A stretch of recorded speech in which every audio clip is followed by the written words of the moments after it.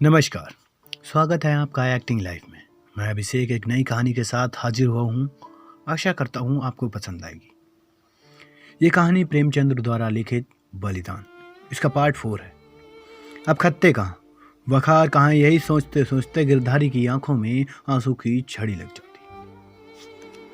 गांव के 2-4 सज्जन जो कालिका दिन से जलते थे, कभी कभी गिरधारी को तसल्ली देने आया करते थे, पर वह उनसे भी खुलकर बात न करता। उसे मालूम था कि मैं सबकी नज़र में गिर गया हूँ। अगर कोई कहता कि तुमने क्रियाक्रम में इतने रुपए व्यर्थ उड़ा दिए तो उसे दुख ना होता। वह अपने उस काम पर जरा भी ना पछताता था।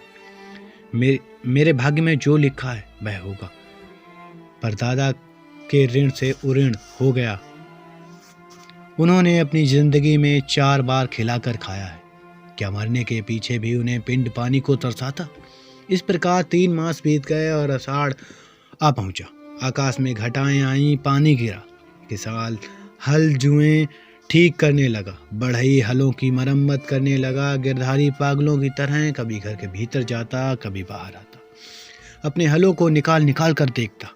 उसकी मुठिया टूटी है, उसकी फाल भी ढीली हो गई है। जुए में सैला नहीं है।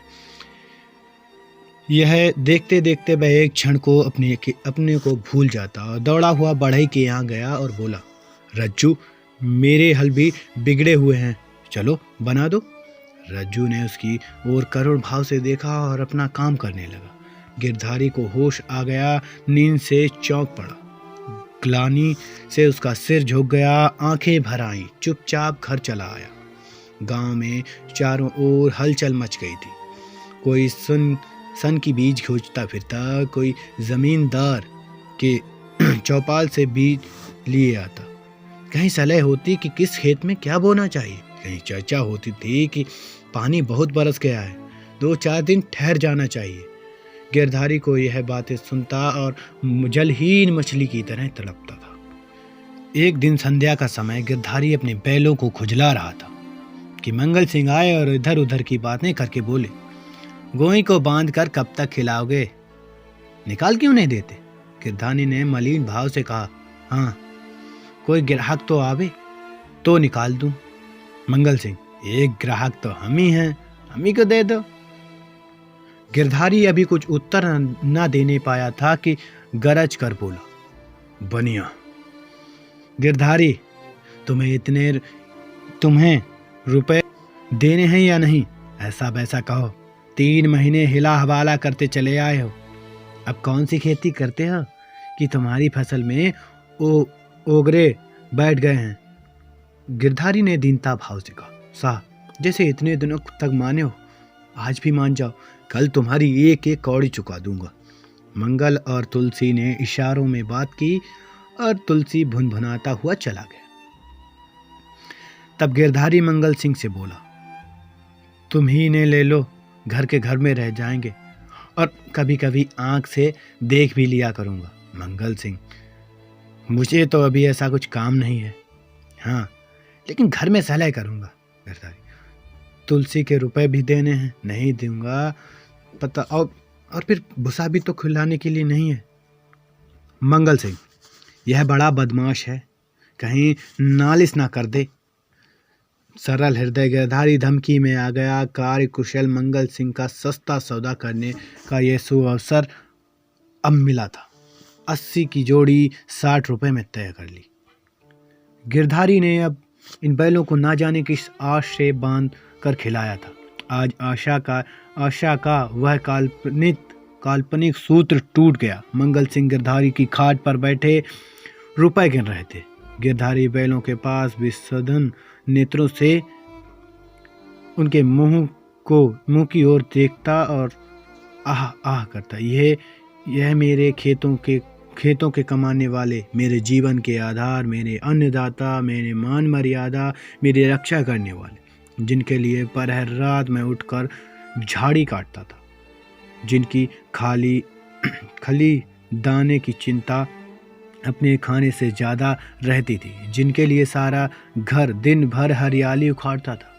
ये मेरी आशा की 2 आँखें, इरादे के 2 तारे, मेरे अच्छे दिनों के 2 चिन्ह, मेरे 2 हाथ मुझसे आज विदा हो रहे हैं। जब मंगल सिंह ने रुपए गिनकर रख दिए और बैलों को ले चले, तब गिरधारी ने उसके कंधों पर सिर रखकर खूब फूट फूट कर रोने लगा, जैसे कन्या मायके से विदा होते समय माँ बाप के पैरों को नहीं छोड़ती। उसी तरह गिरधारी इन बैलों को न छोड़ता था। शुभांगी भी दलान में खड़ी रो रही थी। एक छोटा लड़का मंगल सिंह को एक बांस की छड़ी से मारता था। रात को गिरधारी ने कुछ नहीं खाया, चारपाई पर पड़ा रहा। प्रातःकाल शुभांगी चिलम भरकर ले आई और चारपाई पर बहना था। उसने समझा कि कहीं गए होंगे, लेकिन जब 2 या 3 घड़ी बीत गईं तो वहाँ रोना धोना शुरू हुआ। गांव में लोग जमा हो गए, चारों ओर खोज होने लगी, फिर गिरधारी का पता ना चला। संध्या हो गई थी, अंधेरा छा रहा था। शुभांगी ने दिया जलाकर गिरधारी के सिरहाने रख दिया। बैठी द्वार की ओर ताक रही थी। सहसा उसे पैरों की आहट मालूम हुई। शुभांगी का हृदय धड़क उठा। वह दौड़कर बाहर आई, इधर उधर ताकने लगी। उसने देखा कि गिरधारी बैलों की नांद पर खड़ा, सिर झुकाए खड़ा था। शुभांगी बोली, घर जाओ, वहां खड़े क्या कर रहे हो? आज सारे दिन कहाँ रहे? यह कहते हुए गिरधारी की ओर चली। गिरधारी ने कुछ उत्तर ना दिया। वह पीछे हटने लगा और थोड़ी दूर जाकर गायब हो गया। शुभांगी चिल्लाई और मूर्छित होकर गिर पड़ी। दूसरे दिन कालिका दिन हल लेकर खेतों की ओर पहुंचे। अभी कुछ अंधेरा था। बैलों को हल से लगा रहे थे कि यकाएक उन्होंने देखा कि गिरधारी खेत की मेड़ पर खड़ा, मूर्छित पड़ी हुई सोटा। कालिका दीन ने कहा, अरे गिरधारी, मरते आदमी, तुम यहाँ क्यों खड़े हो? और बेचारी शुभांगी हैरान हो रही है, कहाँ से आ रहे हो? यह कहते हुए बैलों को छोड़कर गिरधारी को ओर चले। गिरधारी पीछे हटने लगा और पीछे वाले कुएं में कूद पड़ा। कालिका दीन ने चीख मारी और हल बैल वहीं छोड़कर भागा। सारे गांव में शोर मच गया। लोग नाना प्रकार की कल्पनाएं करने लगे। कालिका दीन ने गिरधारी वाले खेतों में जाने की हिम्मत ना पड़ी। गिरधारी को गायब हुए 6 महीने बीत चुके हैं। उसका बड़ा लड़का एक ईंट के भट्टे पर काम करता था और 20 रुपए महीने घर आते हैं। अब वह कमीज और अंग्रेजी जूता पहनता है। घर में दोनों जून तक तरकारी पकती है और जौ के बदले गेहूं खाया जाता है, लेकिन गांव में उसका कुछ भी आदर नहीं है। यह एक मजदूर है। शुभांगी अब पराए गांव में आए हुए कुत्तों की भांति दुबकती फिरती है। वह अब पंचायत में नहीं बैठती। वह अब मजूर की माँ है। कालिका दीन ने गिरधारी की मेड़ पर आकर बैठ गया और कभी कभी रात में उधर से रोने की आवाज़ सुनाई देती है।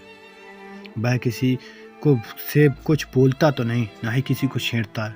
उसे अपने खेतों को देखकर संतोष होता है।